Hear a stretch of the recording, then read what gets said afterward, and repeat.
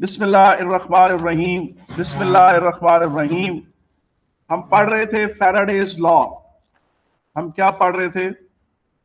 Faraday's law हम पढ़ रहे थे। हमने फैराडेज लॉ की स्टेटमेंट पढ़ी थी कि EMF induced in a conductor is directly proportional to the rate of change of magnetic flux linking the conductor। ये चीज पढ़ी थी हमने, जिसको आप मैथमेटिकली इस तरह से लिखते हैं। जिसको आप मैथमेटिकली इस तरह से लिखते हैं,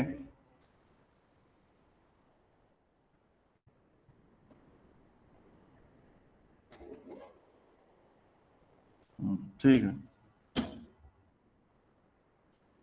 जिसको आप इस तरह से लिखते हैं, EMF is directly proportional to the rates linking the conductor, जो लेटर ऑन सिंप्लीफाई होकर ये बन जाता है।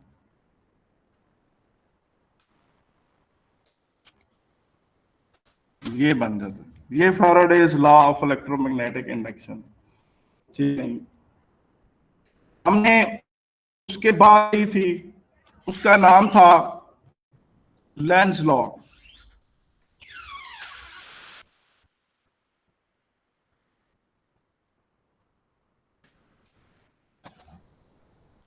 Direction induced EMF is as such to oppose the cause producing it। ये आज का हम टॉपिक है।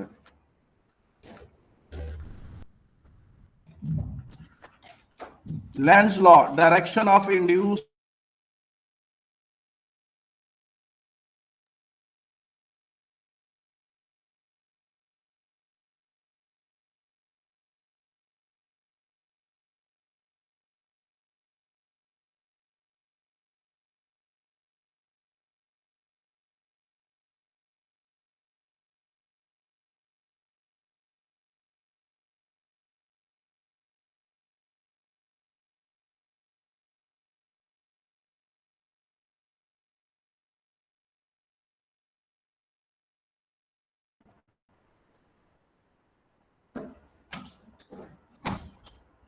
जी,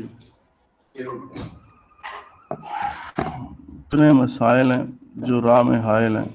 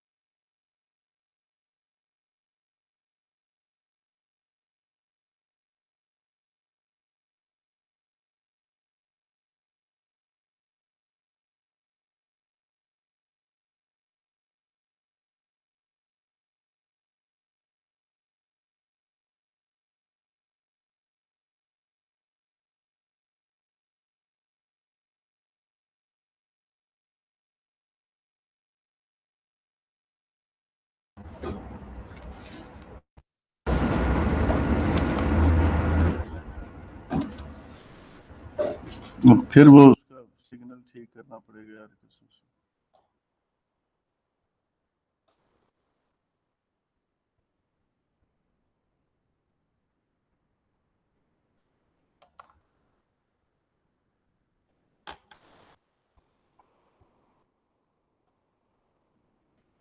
Lenz's law है कि direction of induced EMF is as such to oppose the cause producing it. Direction of induced EMF is as such to oppose the cause producing it.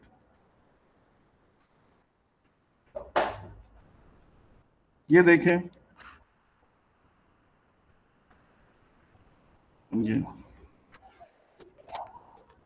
ये wire है या cross sectional area of the wire. ये देखिए wire इस तरह से, ये उसका क्रॉस सेक्शनल एरिया, ठीक है कि नहीं। आप इस वायर पर एक फोर्स लगा रहे हैं इस तरह, ये फोर्स F1, ये फोर्स क्या है बेटा, F1। F1 जो है वो कॉज, क्या है, F1 कॉज। F1 के नतीजे में वायर में एक करंट प्रोड्यूस हुआ या EMF प्रोड्यूस हुई, और EMF की वजह से वो करंट प्रोड्यूस हुआ। तो करंट क्या हुआ, अफेक्ट। करंट क्या हुआ, अफेक्ट हुआ। और आपको डायरेक्शन ऑफ इंड्यूस्ड EMF अगर निकालनी है तो आपको पता है कि आपको इस तरह से राइट हैंड ग्रिप रूल लगाना पड़ेगा, इस तरह से, यानी ये नॉर्थ से साउथ यूं है, फोर्स इसे इस तरफ को लग रहा है और ये करंट यूं बाहर की तरफ आ रहा है ऐसे करके। जब current out of the white paper है तो मुझे पता चला कि जी ये करंट की ये डायरेक्शन है, मगर इस डायरेक्शन तक पहुंचने के लिए मुझे फ्लेमिंग्स राइट हैंड रूल इस्तेमाल करना पड़ा। क्या इस्तेमाल करना पड़ा, फ्लेमिंग्स राइट हैंड रूल इस्तेमाल करना पड़ा, ठीक है। फ्लेमिंग्स राइट हैंड रूल इस्तेमाल करना पड़ा तो करंट प्रोड्यूस हो गया, ठीक है। मगर जो ही वो करंट प्रोड्यूस हुआ उसके साथ उसका अपना एक मैग्नेटिक फील्ड था, उस करंट के साथ अपना एक मैग्नेटिक फील्ड था जो मेन मैग्नेटिक फील्ड को इस जगह अपोज कर रहा था और इस जगह रीइंफोर्स कर रहा था। देखिए ना, यहां से मेन मैग्नेटिक फील्ड तो यहां से इस तरह जा रहा है और मेन मैग्नेटिक फील्ड यहां से इस तरफ को जा रहा है, तो ये दोनों एक दूसरे को अपोज कर रहे हैं और यहां ये दोनों एक दूसरे को क्या कर रहे हैं, रीइंफोर्स कर रहे हैं। तो ये region of strong magnetic field है, ये region of weak magnetic field है। तो उसकी वजह से इस वायर को एक फोर्स लगेगी इस तरफ को, जिसको आप F2 कहें, जिसको आप क्या कहें, F2। और F2 क्या है, F2 जो लगा उसको, तो वो यहां लिख लिया हमने effect of the effect, effect of the effect. यानी आपने F1 जो था कॉज था, उसने फ्लेमिंग्स राइट हैंड रूल उस पर आपने लगाया, करंट का पता चला आपको इस करंट ने, और इस करंट से जो फोर्स F2 है उसके लिए फ्लेमिंग्स लेफ्ट हैंड रूल लगाएंगे।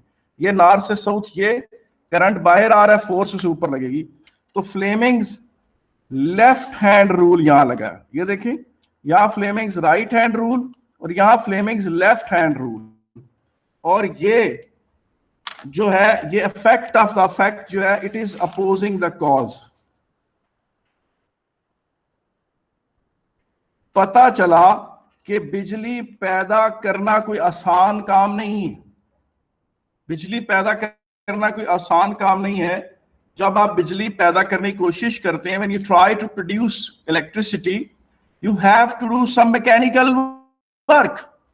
F1 will do work against F2। Wire भारी हो जाती, वायर ऐसा लगता है कि वायर को कोई ऑपोजिट डायरेक्शन में छुपा हुआ कोई भूत आपसे रोकने की कोशिश कर रहा है। F1 does work। सर आपकी स्क्रीन क्लियर नहीं है बिल्कुल भी। हाँ सर आपकी स्क्रीन बहुत ब्लर है। ये देखो अभी ठीक है? नहीं सर, अब बेहतर है सर। अभी जी सर ठीक है अब। ठीक है ना। तो F1 does work against F2। F1 does work against F2। It is this mechanical work, it is this mechanical work that is converted into electrical energy।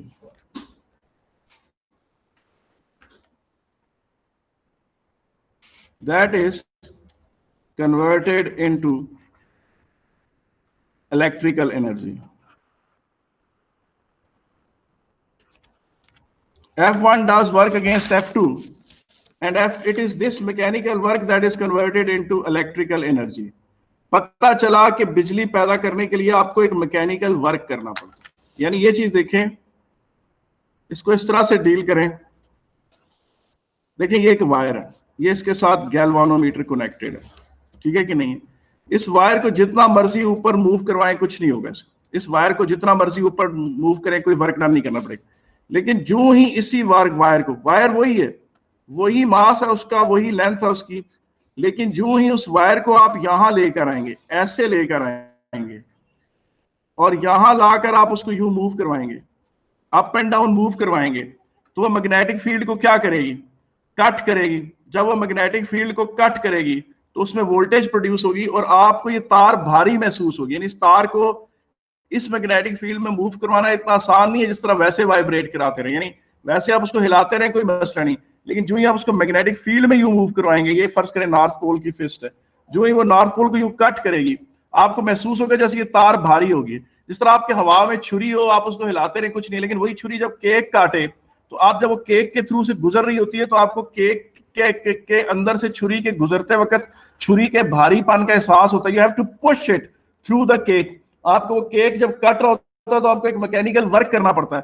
बिल्कुल इसी तार को ऐसे लाते हैं कोई मसला नहीं, लेकिन जो ही मैग्नेटिक फील्ड में ऐसे लेके जाएंगे आपको लगेगा जैसे कोई हवा में छुपा हुआ भूत है जो आपको अपोज कर रहा है और आपको वर्क डन करना पड़ रहा है। It is this work that you do that is converted into electrical energy. तो ये मत समझें कि जनाब बिजली मुफ्त में पैदा हो जाती, बिजली मुफ्त में पैदा नहीं होती, ठीक है कि नहीं है? जितनी उससे ज्यादा बिजली पैदा होनी होगी उतनी वो तार भारी हो जाएगी। अगर आप इसके आगे बहुत सारे बल्ब लगा देंगे और आपकी ख्वाहिश है कि वो सारे बल्ब जलें, ये तार इसको नीचे मूव करना उतना मुश्किल हो जाएगा, उतना ये भारी हो जाएगी, उतनी डिफिकल्ट टू मूव हो जाएगी, उतना इसका मैग्नेटिक इनर्शिया बढ़ जाएगा, ठीक है कि नहीं है? तो पता ये चला, फर्ज करें कि एक शख्स था। सर पॉइंट 2 दिखा सकते हैं प्लीज दोबारा?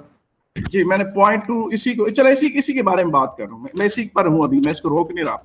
देखिए फर्ज करें, मैं मिसाल देता हूं आपको।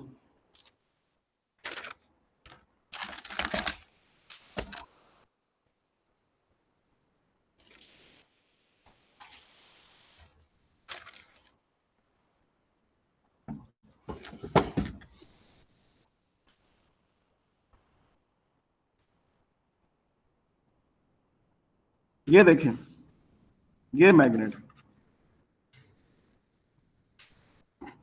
ये साउथ पोल, ये वायर है।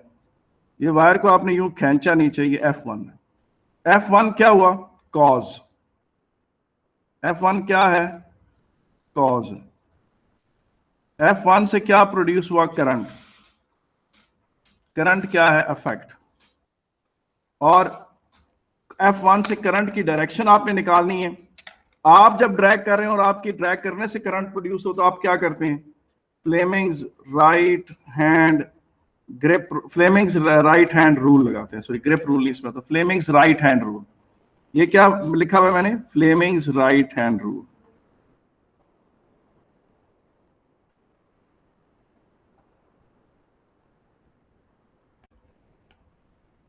ये क्या बताता है कि वायर में करंट किस तरह से प्रोड्यूस हो।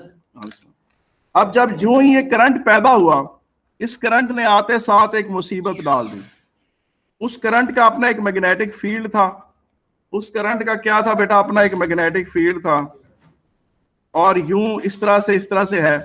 यहां पर वो क्या कहते हैं, सॉरी ये, हाँ इस तरह, आई एम सॉरी, ये डायरेक्शन है इसकी और ये डायरेक्शन। यहां से ये मेन फील्ड को रीइंफोर्स कर रहा है और यहां से मेन फील्ड को कैंसिल कर रहा है। तो wire experiences a force from region of strong magnetic field to the region of weak magnetic field, और वो इसे फोर्स लगता है F2। वो इसे क्या लगता है? Force F2। अब वो F2 जो है, उस F2 के लिए आप फ्लेमिंग्स लेफ्ट हैंड रूल का इस्तेमाल करते हैं। फ्लेमिंग्स लेफ्ट हैंड रूल, ठीक है कि नहीं है? फ्लेमिंग्स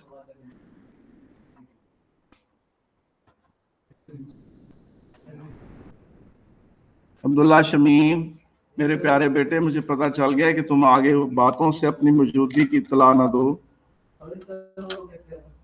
कंप्यूटर का माइक ही इस्तेमाल हो रहा है रिकॉर्डिंग के लिए। अच्छा, F1 क्या करता है? Opposes the cause.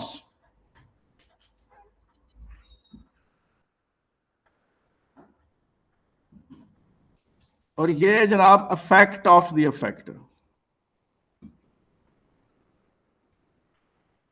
तो मैं ये कह सकता हूं, इससे मुझे ये बात पता चल गई कि बिजली पैदा करने के लिए मुझे मैकेनिकल वर्क करना पड़ेगा, मुझे F2 के अगेंस्ट वर्क करना पड़ेगा। F1 will do work against F2 and that is converted into energy. ये देखिए यहां लिखा हुआ है बात, F1 does work against F2 and it is this mechanical work that is converted into electrical energy। ठीक है कि नहीं? तो ये जनाब फ्लेमिंग्स राइट हैंड रूल और फ्लेमिंग्स क्या जी, लेफ्ट हैंड रूल। ठीक है, अच्छा जी, अब आगे चीज देखें।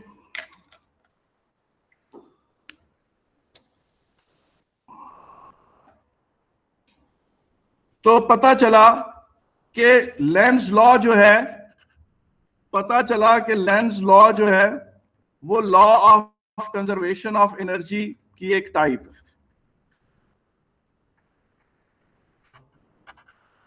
Lenz law, law of conservation of energy की एक टाइप ही है। तो लेंज लॉ, आपके सिलेबस में 4 law of conservation of energy, एक तो law of conservation of energy खुद, एक लेंज लॉ, और एक आपने इलेक्ट्रिसिटी में पढ़ा था किरचॉफ्स वोल्टेज लॉ।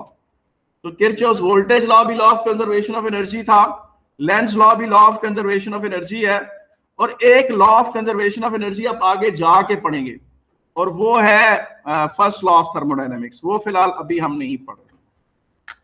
तो पता आपको चल गया। अब इस तरह से देखें, मैं आखिरी बात करता हूं। ये देखें, फर्ज करें कि ये कोई जनरेटर है, मैं इसकी मिसाल देता हूं। ये देखें, ये कोई जनरेटर है,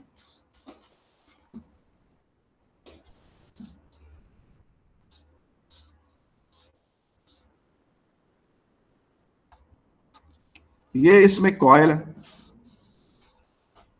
ठीक है कि नहीं, ये कॉइल है, ये कॉइल आगे स्लिप रिंग से साथ कनेक्टेड है, ये ब्रशेस हैं कार्बन के, और आगे कोई सर्किट इस तरह का है कि आपने उसके साथ रेजिस्टर कनेक्ट की हुई,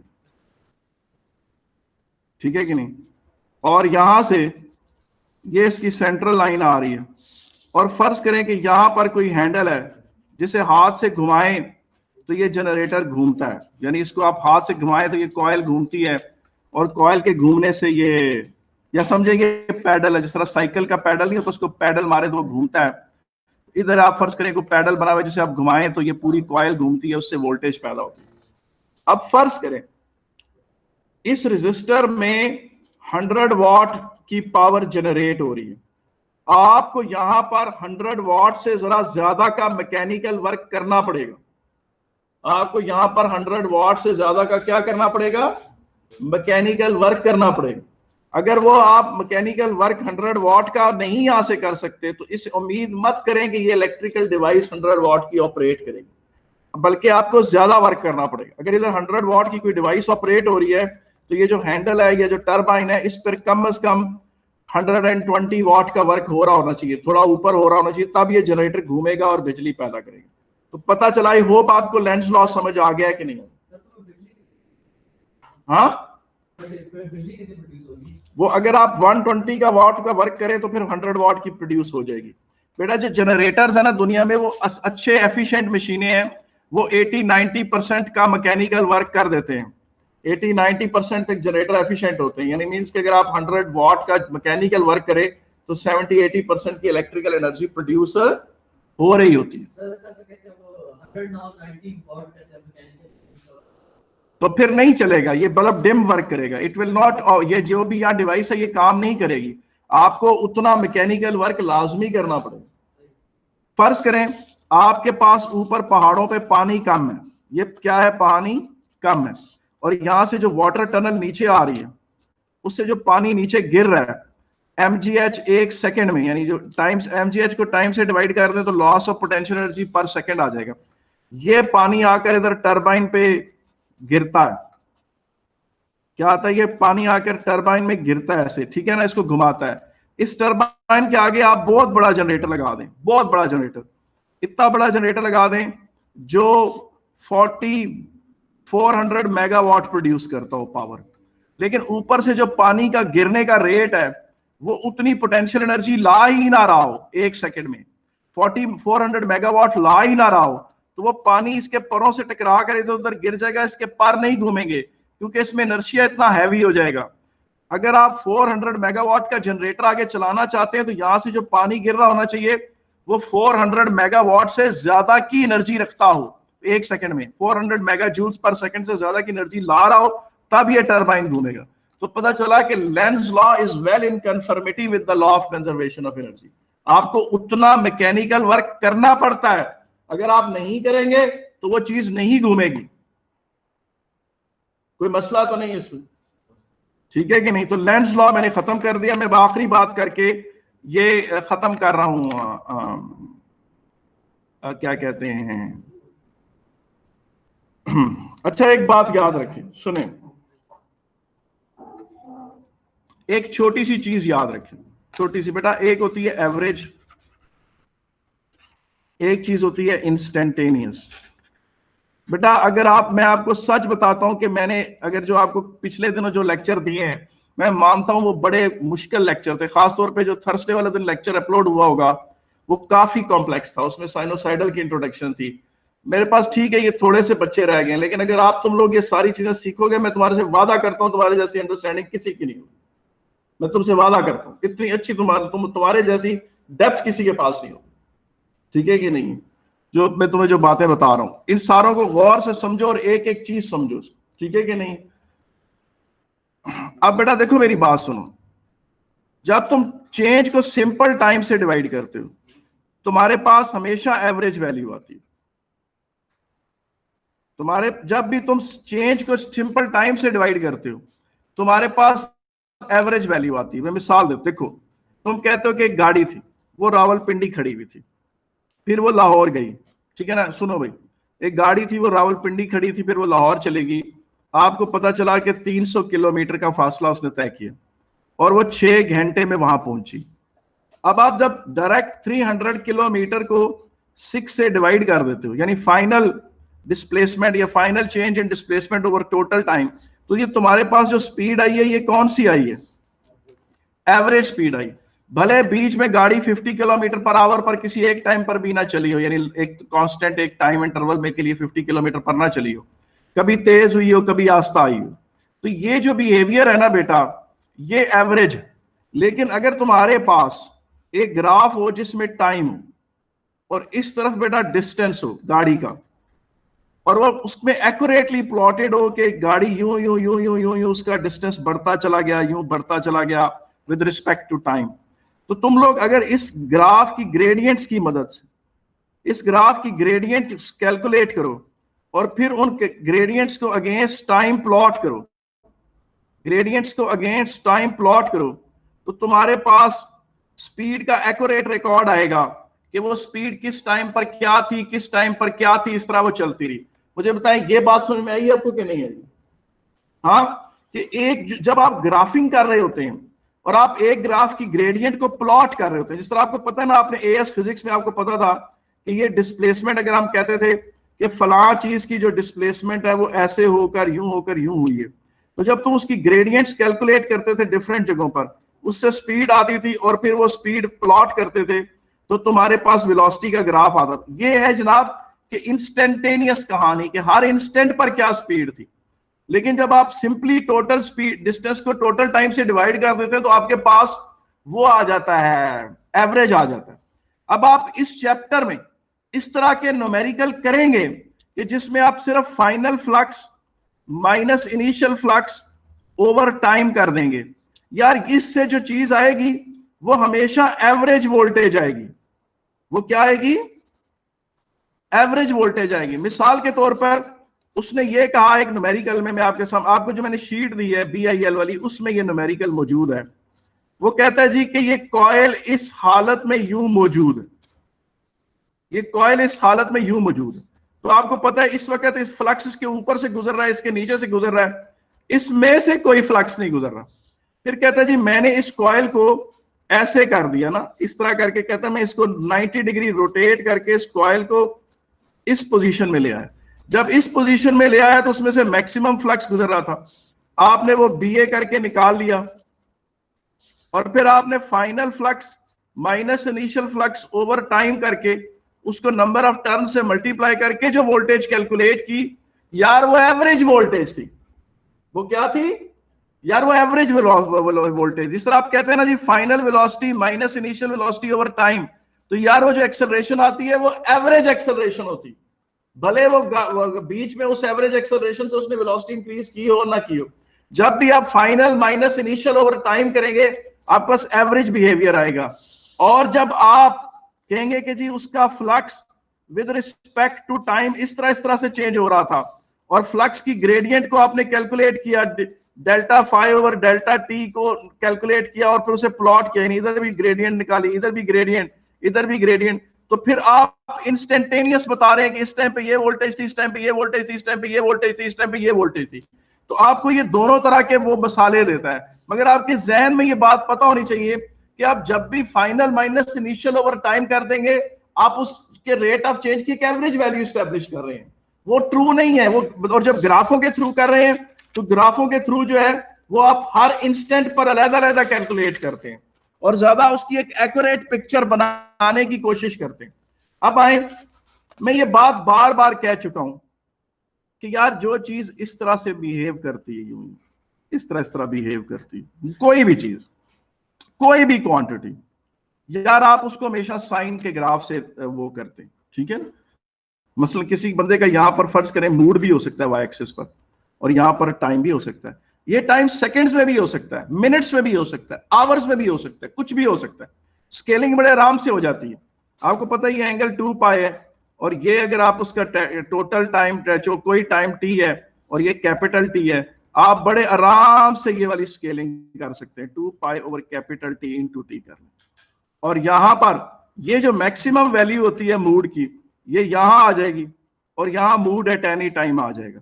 इस तरीके से आप हर साइनोसाइडल वेरिएशन को यूं डिपिक्ट कर सकते हैं, जिसमें आप ये वाला मूड ले सकते हैं गुड मूड, और नेगेटिव वाले मूड को ले सकते हैं बैड मूड। ठीक है कि नहीं? तो ये जो भी चीज इंक्रीज होती है, डिक्रीज होती है, इंक्रीज अदर वे अराउंड होती है और फिर डिक्रीज होती है, उन पर आप ये चीज बना सकते हैं। ठीक है कि नहीं? किसी भी किस्म की इस तरह की, पानी ऊपर नीचे हो रहा है समुद्र का, उसकी हाई टाइम ग्राफ इस तरह स्केलिंग हो सकती है, आराम से ये चीज की जा सकती है। अब मैंने आपको ये बात कही थी बार बार कि साइन का ग्राफ हो या कॉस का ग्राफ हो या माइनस साइन का ग्राफ हो या माइनस कॉस का ग्राफ हो, ये असल में एक ही फैमिली है, और वो सारी फैमिली क्या है? साइनोसाइडल्स की फैमिली। ठीक है, साइनोसाइडल्स की ये फैमिली हो गई। और फिर मैंने आपको बताया था कि जो मैक्सिमम वोल्टेज है, मैक्सिमम वोल्टेज है, वो हमेशा बेटा नवाब के बराबर होती है। किसके बराबर होती है मैक्सिमम वोल्टेज? अब और मैक्सिमम वोल्टेज को वी नॉट से भी रिप्रेजेंट करते हैं, ई नॉट से भी रिप्रेजेंट करते हैं। नवाब क्या है? Number of turns. एन क्या है? Number of turns. ओमेगा क्या है? Angular velocity. ए क्या है? Area of coil. बी क्या है? Magnetic flux density.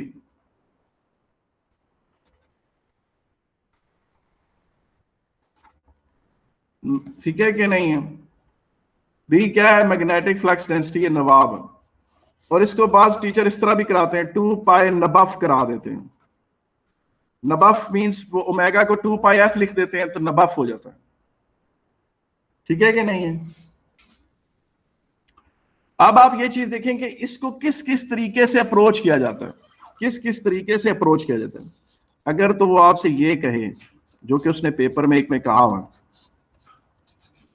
कि जी कॉइल यूं थी, इस हालत में, यानी इस हालत में थी ऐसे, जीरो फ्लक्स, अब मैक्सिमम फ्लक्स हो गया, और फिर सिंपल वो कहता है जी कि इस तरह थी, मैंने 90 डिग्री रोटेट कर दी। मैंने क्या कर दी? 90 डिग्री रोटेट कर दी, यूं 90 डिग्री रोटेट कर दी जी। फिर क्या हुआ? अब वो कहता है जी एवरेज ईएमएफ निकालें, flux in this status minus flux in this status over time into number of turns. ये वाला नेगेटिव साइन इग्नोर कर दें तो ये ईएमएफ आ गया। तो ये आपने एवरेज ईएमएफ निकाल ली है, बात खत्म होगी। आगे अगर आप एवरेज ईएमएफ निकालने में इंटरेस्टेड नहीं, आप जानना चाहते हैं कि वो किस किस तरीके से बिहेव कर रहा है, तो ये देखें, ये नॉर्थ पोल, ये साउथ पोल। एक बंदा है वो फ्लक्स कट को नहीं रोक करता, वो कहता है ये वायर, ये गोल गोल घूम रही। और मेरे प्यारे बेटो इधर देखो सब लोग, ये वायर है जो यूं घूम रही। जब ये वायर इधर थी तो ये मैग्नेटिक फील्ड के पैरेलल जा रही है, तो वोल्टेज क्या प्रोड्यूस होगी? 0। जब ये वायर घूम कर इधर आई तो maximum rate of cutting of flux है। क्यों? क्योंकि मैग्नेटिक फील्ड लाइंस को परफेक्टली कट कर रही है, तो वोल्टेज मैक्सिमम होगी। फिर जब ये वायर घूम कर इधर आई, इस तरफ जा रही है, तो फिर मैग्नेटिक फील्ड लाइंस के पैरेलल मूव कर रही है, तो 0 ईएमएफ होगा। और जब ये घूमकर यहां आई तो यहां से ये ऊपर जा रही है, तो maximum flux cutting maximum in opposite direction है, तो वोल्टेज नेगेटिव हो जाएगी। और जब ये घूमकर यहां पहुंचेगी तो ये इस तरह से हो गया। अब जो बंदा, ये इस तरह से हो गया। अब वोल्टेज किसके बराबर है? Maximum voltage sine omega t, या V naught sine 2 pi over capital T over t, इस तरह से कर लें। और मैक्सिमम वोल्टेज किसके बराबर है? नवाब के बराबर है।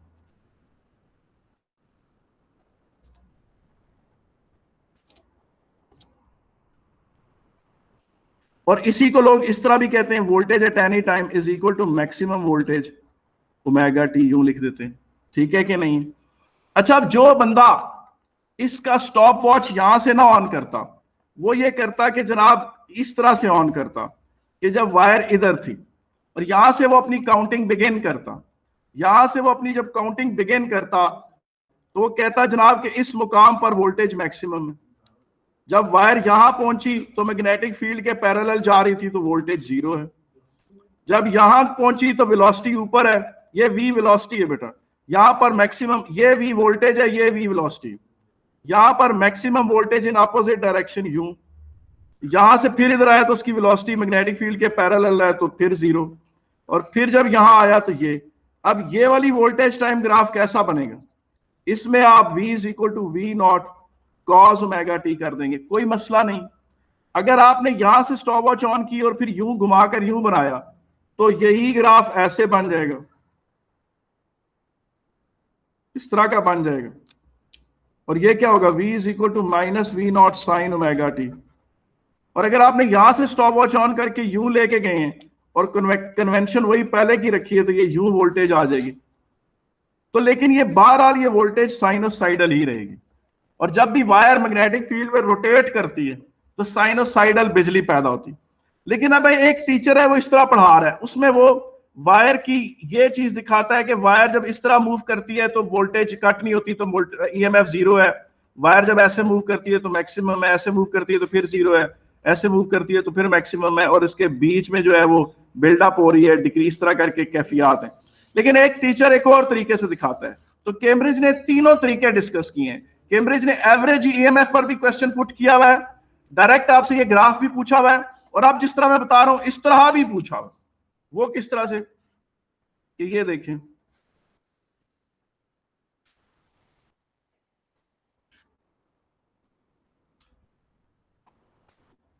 ये साउथ पोल, ये इस तरह से यूं कर, ठीक है जी। अब ये देखें, ये कॉइल यूं होगी, ये यूं कॉइल है, ठीक है कि नहीं? वो कहता है जब ये गोल घूमा, इसने चक्कर लगाया, इस वक्त इसमें फ्लक्स कितना गुजर रहा है? इस वक्त इसमें फ्लक्स कितना है जी? 0। तो जनाब इस वक्त इसका फ्लक्स मिक्स में 0 है। जब ये कॉइल यहां से रोटेट करके यूं आ गई, यानी ऐसे हो गई,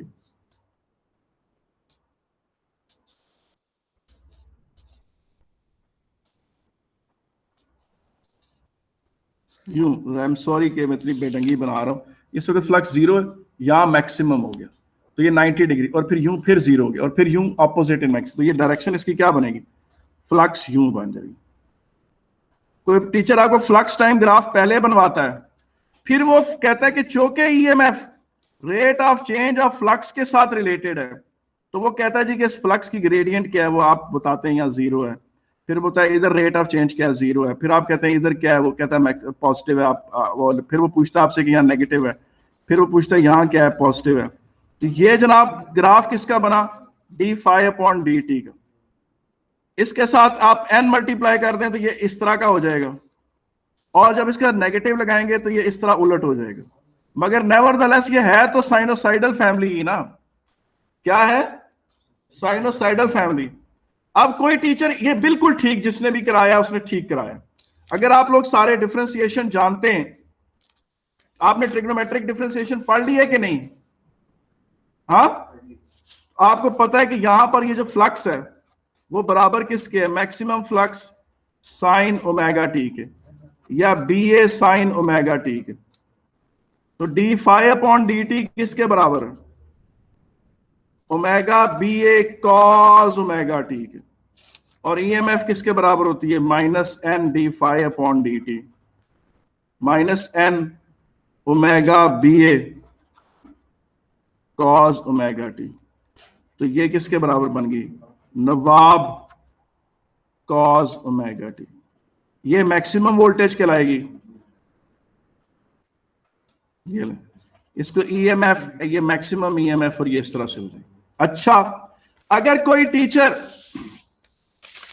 टीचर कॉइल को यहां रखता है, देखें ये सब चीजें पेपर में आई हुई हैं, कोई इसमें वो बुरी बात नहीं।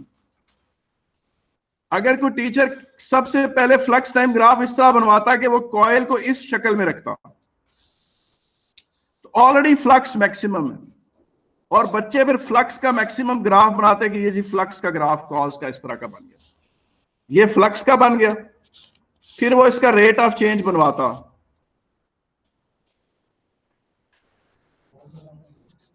ये नेगेटिव और ये क्या है? पॉजिटिव। ये जनाब d phi upon d t बन गया। एन मल्टीप्लाई करने से क्या हुआ? ये थोड़ा बड़ा हो जाएगा इसका एम्पलीट्यूड, और जब नेगेटिव करेंगे तो यही ग्राफ ऐसे हो जाएगा। अब मैं आपको बताऊं कि अब आपको ये बात पता चल गई कि अगर आपको वोल्टेज का ये ग्राफ आए कि मैक्सिमम वोल्टेज चाहे साइन ओमेगा टी हो चाहे माइनस साइन ओमेगा टी हो, ये सब एक ही फैमिली है, और भले कॉस के साथ हो, भले पहले फ्लक्स बनवा कर उसकी ग्रेडियंट के साथ जोड़े वोल्टेज को, भले डायरेक्टली वो आपसे कहे जी कि आप वो वेलोसिटी के हिसाब से बना दें, वो जो ईएमएफ इज इक्वल टू नहीं होता B L V sine theta, उसके हिसाब से बना दे जो पहले बना के दिया है। भले के फाइनल इनिशियल फ्लक्स ये है, फाइनल ये है, तो एवरेज फ्लक्स निकालो। तो ये सारी बातें जो हैं बेटा वो इस तरह से आ जाती।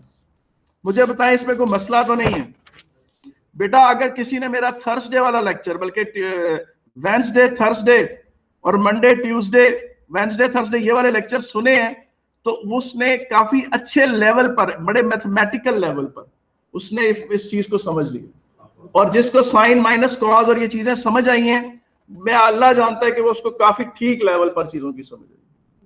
अब आए ये चीज देखें कि अगर वायर सिंपल वाइब्रेट भी करे तो तब भी साइनोसाइडल वोल्टेज ही पैदा होती है। यानी जिस तरह आप फर्ज करें ये टाइट वायर है, यहां मैग्नेटिक फील्ड लगा दें, यहां से इसको यूं कर दें, ये अब यहां वेट लटका दें, इसको यहां प्लग करें, ये वाइब्रेट करती है, और इसी वायर को उठाकर आप सीआरओ के साथ जोड़ दें ऐसे, तो आपके पास क्या होगा?